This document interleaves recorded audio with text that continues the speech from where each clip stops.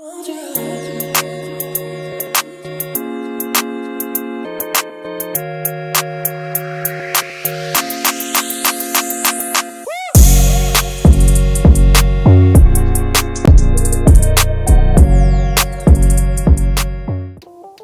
guys, this video is brought to you by Manscaped. And fellas, blink if you haven't bought your Father's Day a gift yet. I can see it. Look at all that blinking. I knew it. Our friends at Manscaped have crafted the total package for his special day.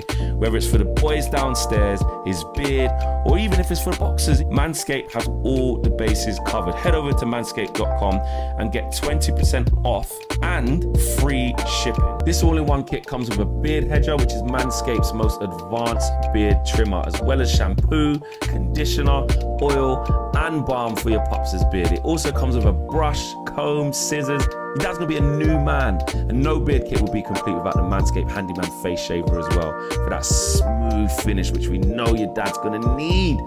Also, the Boxers 2.0 that were designed with a simple mission, make things comfortable. And the Shears 3.0 is a 5-piece precision men's nail grooming kit that any father needs to stay on top of his self-care with professional grade stainless steel tools. So go to Manscaped, like I said, use the code for 20% off your order and free shipping. That's 20% off and free shipping with the code. Or just visit manscaped.com and insert the code as well. What's going on, guys? Good morning. Welcome back to United View. How is everybody doing? Hope you're all doing very well. Happy Friday, pinch punch, end of the month. Tomorrow's first day of the month. But are we doing good? I hope we are. As you saw right there with Flex's beautiful voiceover, this stream is proudly powered by Manscaped. And as Flex said, you can get 20% off your order and free shipping if you use the code UnitedView. Yes, all you got to do is go over to Manscaped, do whatever you need to do, find whatever you need to find. Maybe you get some Father's Day gifts. Maybe you get some little treats for yourself. And if you use the code UnitedView at the checkout, you get 20% off and you get free shipping too. Link's also in the video description. It's also pinned in the live chat as well. How are we all doing though? Are we doing good? We've got a little bit to talk about this morning. We're going to be talking about how possibly the decision regarding Erik ten Hag and his future as the Manchester United manager may have been a smidge delayed, because Ineos are taking their oh-so-sweet time deciding on what they want to do with his future. So we'll be chatting about that. We'll also be talking about a little bit of transfers. Transfer season is on the horizon. It's bubbling. Going to be talking about Jared Branthwaite and how possibly Manchester United could be priced out of a move. Or is it Everton playing games because they really need the cash too? Very interesting stuff. So we got some stuff to talk about this morning. But how's everybody doing in the chat? Let me know where you're watching from. Let me know what the weather is like where you are. It's all right this morning. I should be a weatherman, shouldn't I? It's a bit grey. I don't, look, you know me, look, I'm wearing grey this morning, so I don't mind. I don't mind it being a bit grey. I don't like the heat that much. You know me, I'm not really a summer guy, more of a winter person. So I'm all right with it this morning. It's not too bad. I've still got the fan on because, again, I'm a bit obsessed at this point. You know, I like the breeze. So that's on at the moment. But let me know where you're watching from, as always. And also, by the way, as you can see in the top right-hand corner there, this side, Owen, there you go. You've been doing it long enough. Not only is the show powered by Manscaped, but you can see the subscriber counter. We are 100 away from 169,000. So if you haven't already, subscribe. Road to 169k. Yes, very exciting stuff. So if you haven't already, be sure to subscribe and click the like button. Whilst you're at it, the poll is in the chat. What are people saying here in the chat this morning when they're talking about where they're from and the weather? Kristen, still keen on the Kazakhstan joke, says raining in Kazakhstan. Amir says, Owen, the weather is shit everywhere, bro. Wow, yeah. I don't know. Shahil says a little cold here in New Zealand. There you go. Troll Potato says so hot in Singapore. What else are people saying here? Starlord says same Owen, I'm definitely a winter guy. I do the same with the fan. It's overcast where he is. What else are people saying here too? Joe Blackman's in the chat, says weather is crap in South London. What else we got? Clear skies in Atlanta. HJ just says, good morning. Good morning to you. Welcome. Thanks for joining us. Phil says, sunny in Devon. So, yes, we've got a lot in there. Oh, there you go as well. Gaming with S says, driving test today. Wish me luck. Good luck, Gaming with S. This is the UV community in a nutshell, yeah? I'm sure many people will wish you all the very best luck. I'm sure many people will say you're going to do this. You're going to pass first time. Wait, I don't know how many times you've taken it, but you're going to pass today. That is what is going to happen. So best of luck. Just got to relax. If you've done all the work, I'm sure it'll be totally fine. No problems. As All Elite says, hands always at 12 and 6. Don't you dare. Okay, don't you dare. But yes, big up and best of luck as well. And let us know. Let us know whenever we're next live, how you got on too. Not Lil Yo-Yo says, all the best, amigo. Yes. A reminder as well, if you haven't already, click the like button. The poll is in the chat. Have you clicked the like button or have you hit the like button? Yes, or doing it now. We've already got close to 700 people watching. I think yesterday we got something like 600 likes, perhaps. So let's see if we can match that number today. That would be excellent. What are we going to talk about? Yes, I know, Erik ten Hag once again.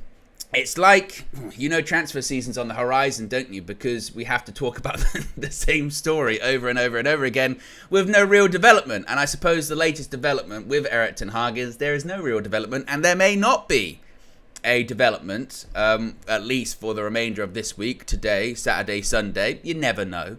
But it looks like we're going to be getting a decision regarding the Manchester United manager's future next week, perhaps. Now, this comes from The Telegraph, coming from James Ducker, who says Manchester United are taking their time over the future of Erik ten Hag, with no decision expected on the manager this week. United launched a season review this week and want to ensure they carry out a full assessment and work carefully through all considerations before making a judgment on ten Hag. There is a recognition that United have a big decision to make either way and want to be sure they have left no stone unturned. Now, I've seen a lot of talk, frustration about this in the last sort of 24, 48 hours or so. And I think rightfully so. I mean, I'm not, a knee-jerk decision, as it were. I don't think we should be doing that. And I'm glad that they're not doing that. But at the same time, I saw someone post this yesterday, and I thought it was so true when they said, well, wait a minute. They want to talk about, assessing everything. They want to talk about assessing everything and making sure they've got all of the information and all of the data possible. But it makes you wonder, doesn't it? Because if you're Ineos have been in since, the thing got announced Christmas Eve, wasn't it? December 24th, got officially ratified in February, wasn't it? Late Feb, I think it was. So they've been here since then. Granted, maybe some of the personnel that are judging this, Omar Barada, he hasn't technically started yet, but, we all know what's going on there. Jason Wilcox, he's only been in the role for a few weeks, but still, they've had time to assess things. They've had time to look at things, and they would have been watching the whole time too. You've now had an extra week. You saw the FA Cup final. The managerial market, whilst it's gone up and down quite a lot over the last over the last month or so, for the last, shall we say, week, it's kind of become quite apparent where it's going to go, what's going to happen with it. Kieran McKenna staying at Ipswich. These people that were out of work a week ago are still out of work. Thomas Tuchel, Roberto De Zerbi, their status has unchanged. So it makes you wonder now. Okay, what are we looking at? Is it just a case of having these meetings for the sake of having meetings? Is it the case of talking to these players that you've been talking to anyway? Like, what's going on? And I thought to myself, okay, why is this happening? Or why the delay? What's happening here? And I think that sort of my theory is, and maybe I'll tell you what we do need in the future. We need a tinfoil hat emoji, don't we? Or something like conspiracy. We need one of those definitely in the chat. My theory is on this is that those reports 48 hours before the FA Cup final, the Thursday and the Friday, those reports were pretty accurate. I think that those, well, certainly the information that we have is those talks that Manchester United, Ineos, one and the same, had with Kieran McKenna and had with, or the representatives of Kieran McKenna and have had with representatives of other managers are legitimate. I think they are legitimate. I think they were leaning towards getting rid of him. I don't think they anticipated getting to the FA Cup final. I certainly think they didn't anticipate us winning the FA Cup. And I do think that's thrown a spanner in the works. And I do think the groundswell of support for him to stay, I do think more advocates coming on board for him to stay. The reports, I think it was Ben Jacobs, said yesterday that Jean-Claude Blanc is an advocate for him to stay. So Dave Brailsford is playing devil's advocate. So there's a bit of conflict there. I think that, again, their intention was probably to let him go. And maybe now that's changed. And maybe now they're going, well, let's assess everything then. Let's assess everything. Let's look at everything. But at the same time, like I mentioned, in this week, what has really changed? We knew that Kieran McKenna was going to stay at Ipswich, or certainly wasn't going to go to Chelsea. He was going to stay at Ipswich, and I think that's the right move for him. I would have said him going to Brighton would have been a good move, but I don't think him going to Chelsea or Manchester United was right for him, right for his career.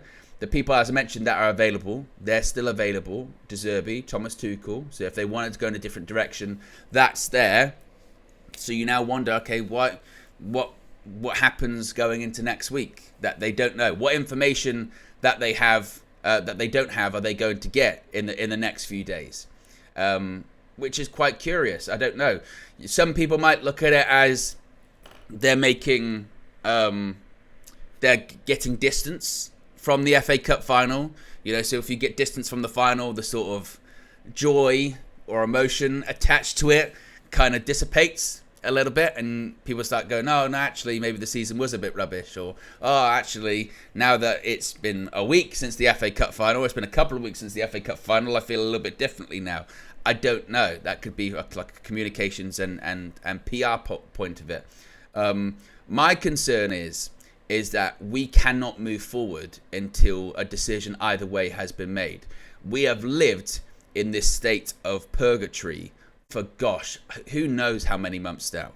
And you see it. You still see it in the fan base. You still see it whenever you talk about Manchester United. Anyone, the first question is, what's going to happen with Ten Hag then? What do you think is going to happen with him? Do you know anything that's going to happen? I think he should stay. I think he should go. He's not the right man. He is the right man. He's won 2 trophies. He finished 8th. He had injuries, but he finished bottom of the Champions League. Like, the longer there is this, I said, state of purgatory, or we've got this ambiguity, that continues to happen, constantly going back and forth. And we're going to talk a little bit later on about transfers and people that we're going to be looking to buy or targets or what have you. And even that, you think about a player, you think about any player that Manchester United are going for in the summer, they or their agent, rightfully so, would go, okay, yeah, sure, I'm interested. It's Manchester United, of course, but who's going to be the manager? Who's gonna be the head coach? Like, what's going on with that? And if the response is, well, we don't know yet, we haven't made our mind up, then rightfully so, if you were in those negotiations, you would take a step back and go, call me when you know. Call me when you've got an idea as to who I'm going to be sort of working with on a daily basis, or who's going to be picking me, or whose plans I'm either going to be or I'm not going to be. And I don't know, the longer that time goes on, well, just logically, you would go, well, the longer the time goes on and a decision hasn't been made, that implies that there isn't a unanimous decision on this. And some people aren't for him and some people are for him and people are on the fence. And eventually, Ineos have done a pretty impressive job thus far of talking the talk, as it were. I think it was Mike Phelan said this on TalkSport, and I think he's right in this regard, where he said Ineos have done a good job talking the talk thus far, but eventually you got to start walking the walk. Eventually you got to start making big decisions. The worst thing that Ineos could do is what could happen if this continues to rumble on. I mean, imagine we find ourselves this time next week and we still don't have a decision on it. Then you've got this perception of Ineos going, do they want to make big calls? This is a big call. Either way, it's a big call. Do you get rid of a manager that just won the FA Cup, or do you keep him after he's had a poor season too? And all of the noises previously were that you wanted to move in another direction. Now you've gone back on what people perceive to be your thought process in the first place. And it's a big call. But that's what happens when you're in charge, isn't it? When you're in charge, when you're in control of football operations, buying into a football club for over £1 billion and demanding we're in control of football operations, can't be afraid of them making big calls. It's what you're there to do. So this can't rumble on much longer. I mean, the expectation is, according to all the reporting, is that it's not going to come this week. But who knows at this point? With a lot of the things with Ineos thus far, they've been difficult to predict in terms of timings of certain stuff. Omar Barada came out of nowhere. Jason Wilcox kind of came out of nowhere. Even the reports about the talks with people like Kieran McKenna and others kind of came out of nowhere, to the extent of it was just Sky Sports when we did the stream, Flex and myself. Like, they're talking to people, and everyone went, whoa, where did that come from? We'd heard nothing. We just heard Stonewall silence. So I can't say I'd be shocked if I heard something, or not a reported. I think it'd have to be official, but something came out tomorrow or whatever, maybe over the weekend. Again, it also depends, and this is when it gets into like the strategy of communications and public relations. If it's what they perceive to be an unpopular decision, then sometimes that could come out over the weekend. That could come out during a busy news day, as it were. Something like that. If they were going to make a decision that was unpopular, they might do it tomorrow, the day after the day of the Champions League. There's a lot going on. People aren't really paying attention to this. It softens the blow. That's a real thing too. Like I've said before, for me at this point, I don't see how they can sack him, because I just think that it was already a divisive opinion. It's become radically more unpopular now because of the sentiment after the FA Cup final. I do think with not just the result, the manner of the performance, the tactics, the players coming back, the clear, not just fan support, but player support and support internally, I think that he deserves another go this coming season. He's not out the woods whatsoever. If it's the same as it is in the league, he will once again be under pressure, massively under pressure. I think also, critically, the targets that they've been looking at, in the case of Thomas Tuchel, I don't think he goes anywhere anyway. According to the reports, Florian Plettenberg, which I think essentially came from Tuchel and his agent, was, well, if I don't get a Premier League job, I'm taking the summer off. I'm taking time off. Well, it doesn't look like he's going to get a Premier League job, so he could be there for Ineos if they want. That's something that they need to assess too. But I think at the very least, Erik ten Hag has bought himself more time. I don't think he's bought himself a lot of it, but I think he's bought himself more time, and I think he deserves to be given more time. But he's definitely not out of the woods. And again, you can say that that's flip-flopping. You can say whatever.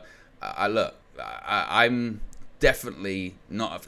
I thought Flex did a really good video about it the other day, and it is so true. Like the whole idea of not being willing to adapt, not being willing to see new information or see other points of view and accept them and maybe reassess things. I think that's a positive trait. But also as well, but if people haven't changed their minds, again, like this whole time with all of this kind of stuff, it's fine. Like it's if you've had one opinion that you've stuck to the whole time, that's fine. If you've been on the fence and you've gone either way on the fence, which by the way, there are a lot of people have done that, right? That's fine. If you've staunchly wanted him out forever, that's fine too. Like this is the whole purpose of being of being a fan, isn't it? So, yeah. Let's see what people are saying in the chat about this. Magnus says, so Owen, why is it okay for you guys to get new info and reassess things, but when Ineos take their time, you complain they're being slow? Well, because, so for me, I've just said that I've done that in the space of a few days. For them, it's taken a couple more weeks. And like I said, it's about new information. But what's the new information out there now? What's the new information that's going to be there in a week's time? What new? What's different? Nothing's different in the space of a week or anything like that, in my opinion. So I'm not criticizing them for doing due diligence. I didn't criticize them for doing due diligence when they were looking at other options. I think that's right to do if they were going to go in a different direction. But there's a clock on this, isn't there? Because we also talk about how big and important the summer is, and eventually you've got to make a call. You've got to make a judgment call. I don't think, again, I think it was the right decision not to immediately just rush to judgment after the day after the FA Cup final or anything like that. That's not my criticism. Maybe that's a bit misinterpreted there. But eventually you have to make a call. And the longer this drags out, that's my concern about it. I'm not saying, they should have made it right after the FA Cup final. No, if they've got an end of season review planned, then they've got one planned. That's fine. But eventually you've got to make a call. Eventually you've got to make a decision. That's the situation. Magnus also says, but they can't just flip-flop. There's billions at stake here. I'm not saying they should flip-flop. That's also the part of it. Again, if an end of season review has been planned, then of course they would go through that, and they're right to go through that. But at the same time, the clock is ticking on that. When you start to see other clubs doing transfer business already, you can get and we're talking about how much we've got to do this summer, you can possibly start getting left behind. That's what Manchester United need to be wary of. If a decision's made next week, then it's next week. There's still plenty of time. But my only just thing of caution is, what more are you going to learn that you haven't learned already? Like a lot of the information seems to be there. That's my point with it. I'm not saying it's the other part of it too. I'm not naive enough, or I think arrogant enough to say this is what I think, so Manchester United have to do this. I think that's madness to have that kind of view set. It's my opinion. It's your opinion. I think, like I've said before, I think the argument of should we or shouldn't we, or should they listen to the fans or whatever, it's on the same, it's two sides of the same coin, isn't it? Because you've got one group of people saying, this is how we feel, listen to us, you should take into account what we're saying. And you've got other people going, don't listen to what we're saying. But by saying don't listen to what we're saying, you're asking them to listen to what you're saying in the first place. So it's the same. It's the same. And once again, it stems from ambiguity. It stems from nobody knowing. Once a decision is made, there's going to be people that are happy, there's going to be people that are unhappy, but the positive is, out of it, we can move on. Because at the moment, we're stuck. We're stuck with not knowing what's going to happen. We'd much rather be consistently talking about transfers and consistently talking about, players coming in and out, but it's kind of difficult to do that. I mean, we're going to try a bit later on with the Branthwaite stuff, but it's difficult to do that when the first step is talking about the manager too, which that hasn't been resolved just yet. Well, so people saying here at the moment, big up Minna in the chat, says, morning all, nice to catch a morning stream for once. Big up to everyone and hope you have a good Friday. Big up Minna, yes, go and subscribe to our channel. I'm not sure what the road is, the road to what number she's nearly at the moment, but if it's not in the video description, someone will put it in the chat, so you can go there and subscribe and get involved in the Queen Mean community too. We've got nearly 1,200 people watching, which is fantastic. We're already at 366 likes now. So that's just under 140 away from 500. So if you haven't already, click the like button. Be sure to subscribe as well. As I mentioned, less than 100 subscribers to go into 169,000. Yes, on the road to... You have to take it in chunks, I think. You have to take it in chunks. 170,000 the next stop, and then road to 200,000 too. Yes, let's talk about transfers. Let's talk about Jared Branthwaite, because we know we're looking for a centre-back, of course, this summer, as Raphael Varane is departing with his contract expiring. So, who is going to be the replacement? Well, obviously, as I mentioned, Jared Branthwaite has been someone that's been linked to Manchester United, not just recently, but for months now, it feels like. But the cost of the Everton defender could be a bit too much for Manchester United in the summer transfer market. Rob Dawson from ESPN has written that Jared Branthwaite is a summer transfer target for Manchester United, but Everton's asking price may be a stumbling block, a source has told ESPN. United are looking to add at least one centre-back to their squad during the summer transfer window.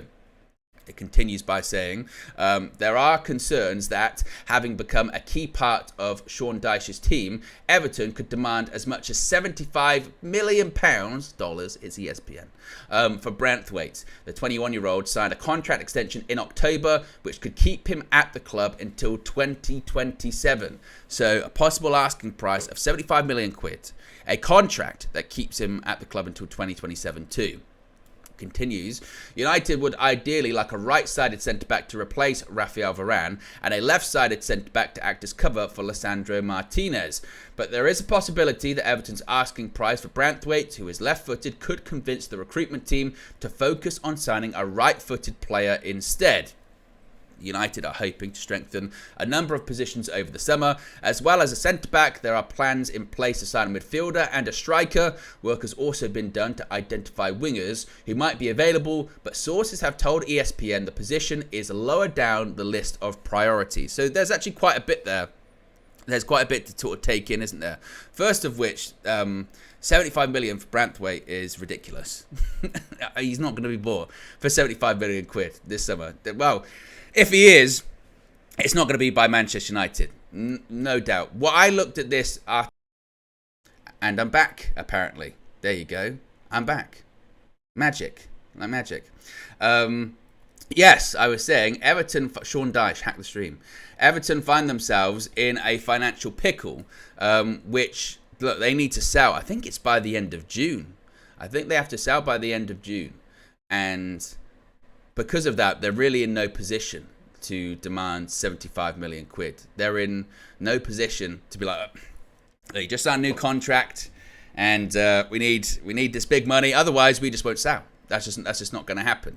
No, I don't think that'll be the case. I think it's a case of maybe Everton putting things out to the media, because they're open for offers for a lot of players this summer. But again, because of their financial situation, I know obviously they've got the stuff with the ownership that's going on too. I saw something that I think a minority investor or minority owner of Crystal Palace is going to probably purchase Everton. They've got a lot going on, clearly. But the 75 million quid thing for Branthwaite is just no. it just isn't. It's just not gonna be the case. And again, if that is legitimately their price, which I don't think it is, but if that is legitimately their price, then Jared Branthwaite's not going to come to Manchester United then, is he? We don't have that money to spend on one player this summer. We have what is being described as a limited budget. What the actual number is, we don't know. At some points, it's gone from 100 million to 35 million. It might be somewhere in between, mightn't it? And obviously there's player sales involved in that. If I had to guess what I think it would probably be,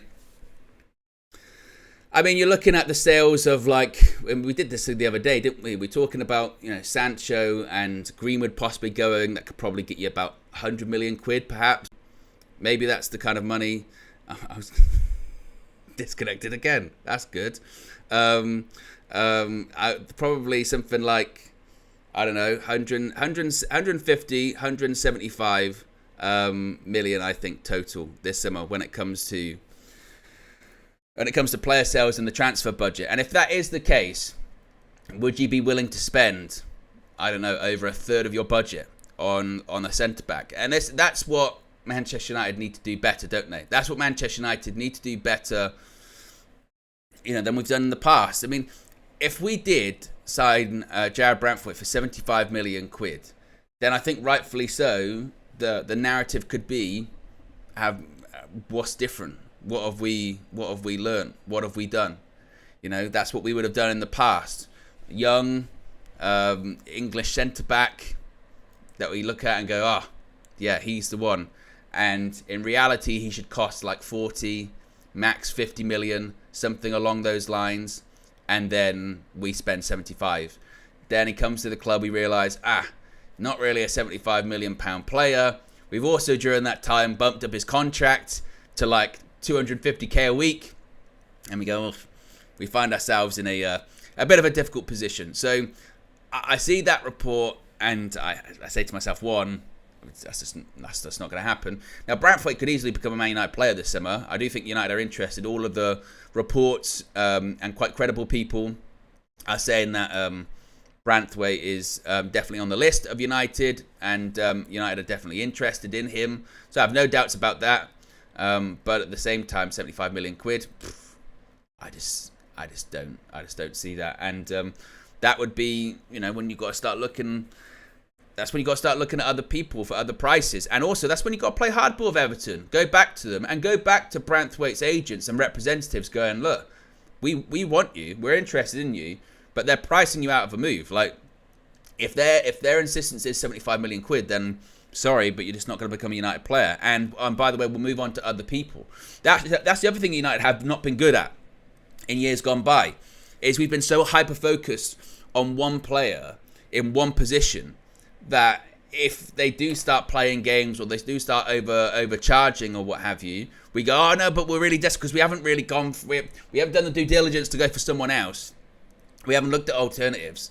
So we're just going to, yes, eventually we'll pay it. Yeah, we'll get desperate. We'll wait and we'll wait. Maybe towards the end of the window, close to the beginning of the season, okay, fine, we'll pay it. Man United need to be in a position where they can go into these negotiations and they go, right, we're really interested in Jared Branthwaite. Let's talk. Like, what price? We're thinking about 40 to 50. Maybe some add-ons. Maybe something like that. What do you say? £75 million. Thank you very much. We've got other targets. I guess we're miles off here. And then walk away and go, all right, cool. And in that time, you've been working on the alternatives that you can just pivot. You can just move. I mean, for all of, obviously, the 115 charges, it's what Man City do, isn't it? We're going after this player. Well, this is happening. All right, we'll go somewhere else. Like that quickly. And they'll go get him. So, yeah, if I had to, let me know in the chat about this. Just simple yes or no.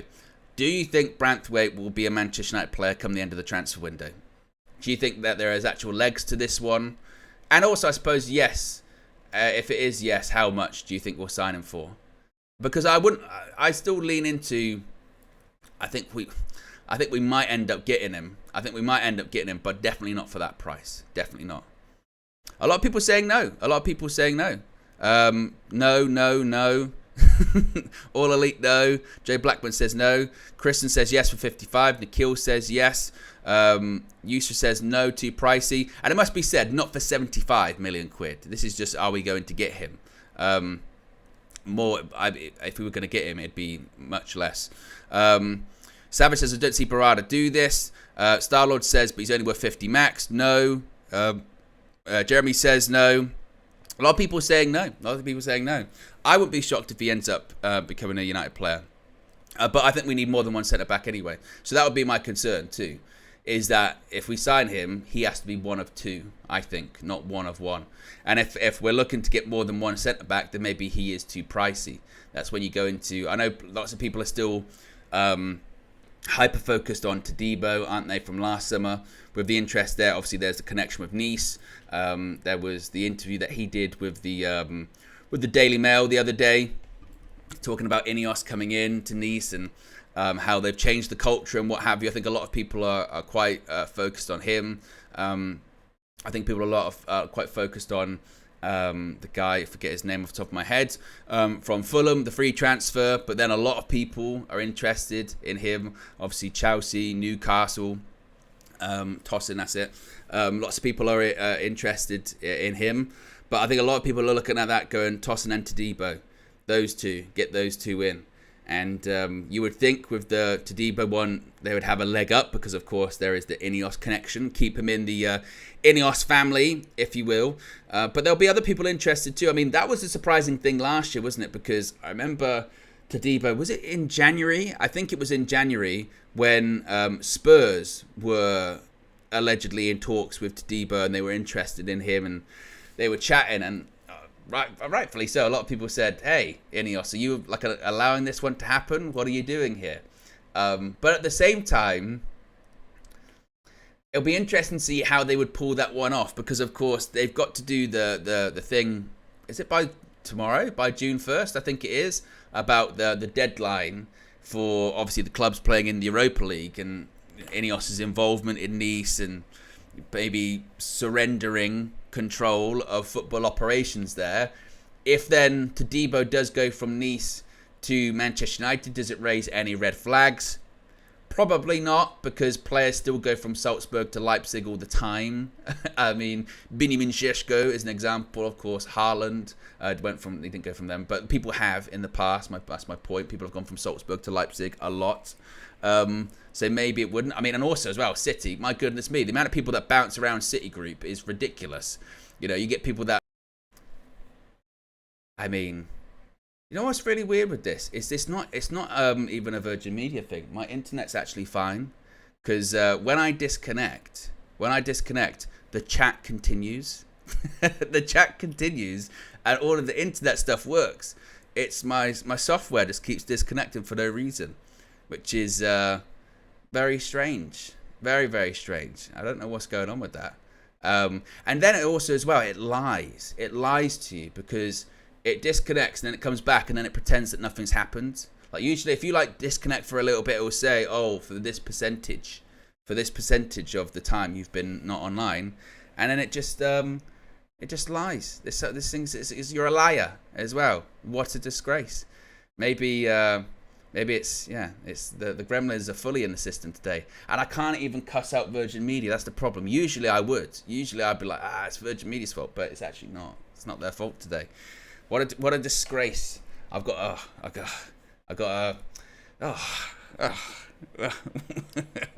I have heard a rumor that if we get to 500 likes, it might happen again. Maybe. I don't know. I'm not sure. Yeah. What are people saying in the chat? Yo-Yo says I've been listening to too much Sexy Red. I don't know if people will get that reference. Yo-Yo. Stephanie Griffith says Glazer settings. Well, yeah, exactly. We're on a meter. We're on an internet meter. I gotta get my little key, my internet key, and put that in. I got to put some money on it. That's what I've got to do. What a disgrace.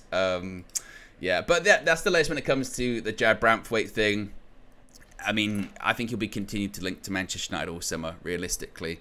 As for what happens between now and then, we shall see. You know what's also interesting too? Not that it has any really bearing on anything like this, but I'm just sort of looking on social media at the moment. And the Manchester United Twitter account has tweeted in the last 15 minutes saying, what was your favourite goal from our 23-24 FA Cup winning campaign? And it's a picture of Erik ten Hag celebrating. And you just know, don't you? You just know that people are going to look into that going, does this mean that he's staying? Is that what it means? Does this mean that he's definitely going to be staying? What's going on? Is that the case? Is that the case? What's going on there? I don't think it really means anything, to be honest with you. But what I did see yesterday, and I would really recommend people to go and read this, or find a way to read this if you can. The Athletic released a really interesting article kind of explaining the sort of behind the scenes of the FA Cup and the days leading up to the FA Cup final, and sort of the motivational tactics that Erik ten Hag and his coaching staff used. And it's a really, really good article. Really good article. Talking again just about what certain videos they gave, certain speeches they gave. It was fantastic. I'll read some parts to it here. Erik ten Hag was in it comes from Adam Crafton from The Athletic and Laurie Whitwell. Erik ten Hag was in his own version of the trenches, figuring out how to battle back against bad results when he walked Carrington with a member of Manchester United security personnel. He asked his colleague about her experiences, and she explained her background in the British military, including an assignment in Helmand Province in Afghanistan. In the week leading up to the FA Cup final against Manchester City, Ten Hag found himself recalling this conversation as he searched for novel ways to inspire performance from his team. The backdrop was a difficult season in which United finished in the Premier League campaign in 8th and were knocked out of the Champions League in the group stage. The FA Cup final against Pep Guardiola's City represented an opportunity for redemption, and Ten Hag may have been hoping for a dose of salvation when it came to his position as manager at United. So Ten Hag became inventive. He asked United security staffer to record a video for his team, which was shown to the players at the Marriott Hotel in London in the lead up to the final. The Dutchman was so moved by his colleague's story that he reserved the video for his final team meeting with the squad before they left for Wembley on Saturday morning. This is the video. This is the video in question. In the video, the United security officer explained how one day in Afghanistan, she became trapped in a village with her platoon. Outnumbered, nobody thought they had any chance of escaping the threat before them. But she explained they worked together and many fought their way out. Sadly, however, a small number of her colleagues died along the way, but in representing their country, they had sacrificed their lives to valiantly save villages. She was emotional as she spoke, and it represented powerful messaging that resonated strongly with United's players. Stick together, back each other up, stay on the front foot, and fight to win. The video of the security personnel telling her story intermingled with images of United players winning duels during games, increasing the relevance to their own against-all-odds mission before them. She was not present in the room when the video was played, but an indication of the impact it had came after the game when the players learned she had been guarding the director's box at Wembley during the final, where owners Sir Jim Ratcliffe and Avram Glazer were seated, as well as club legend Sir Alex Ferguson and the future King of the United Kingdom, Prince William. United players invited her down into the dressing room, where they thanked her for her video, with some telling her she had helped inspire them.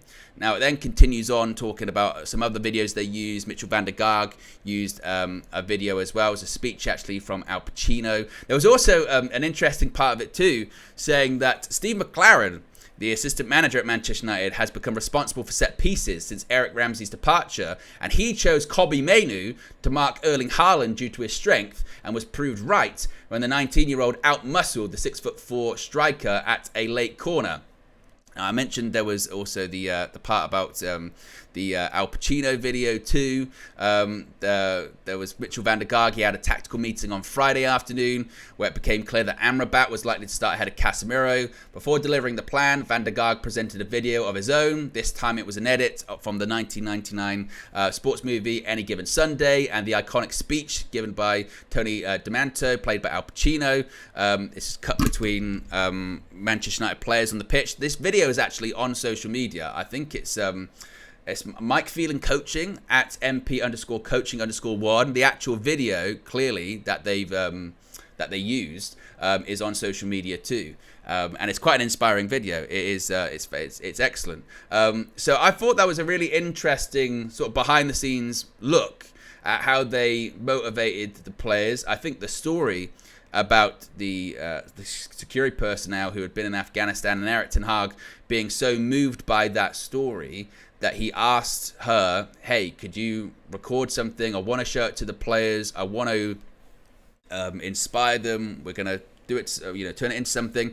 And the fact that it moved the players so much that after the game, they're like, oh, she's here. Let's go find her, because that was brilliant. That was excellent. I think that's a fantastic story. And that's a sort of insight into management that I suppose that you don't really think about as a fan that often. I think we as fans, we just see obviously what happens on the pitch, and we see tactics, and we see goals, and we see saves, and we see passes and assists, and we see errors, and we just see the result. We don't see training, do we? We don't see the training, and we don't see the meetings, and we don't see different ways to try and inspire. And look, with stuff like that, it can fall completely, you can fall completely flat on your face. If we lost 5-0 and then next thing you know, they're like, they played this video of Any Given Sunday and the players were so checked out. I mean, you never know.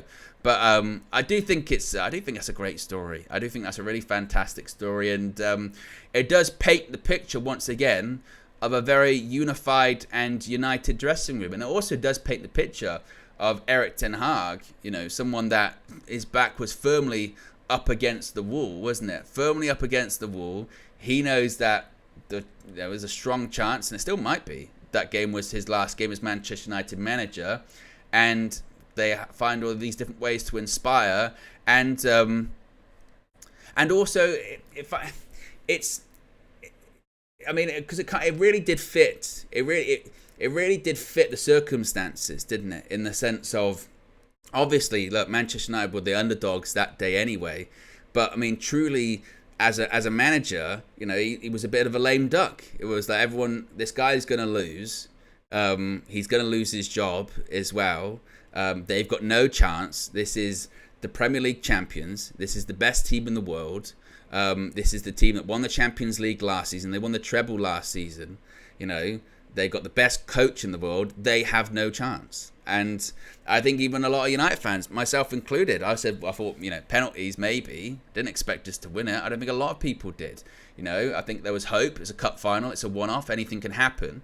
But to find a way after a really negative season to inspire and to get the most out of that team, and they did look like that was a team that was fighting. That was a manager that was fighting that day. So I think that's a really interesting piece. And again, I've probably not done it justice there by the way that I've read it and sort of skimmed through it. So if you do have a subscription to The Athletic, then absolutely I would recommend go and check that out. It's well worth a read. And also, if you haven't seen the video of the edit that's put together there, you just want a little bit of inspiration, you know, you want a little bit of, you know, something to, or even just to see what they saw, then go and check it out. I think it's well worth a watch, definitely. How many likes are we currently at the moment? We're already over 500, which is fantastic. We've got over 1,200 people watching.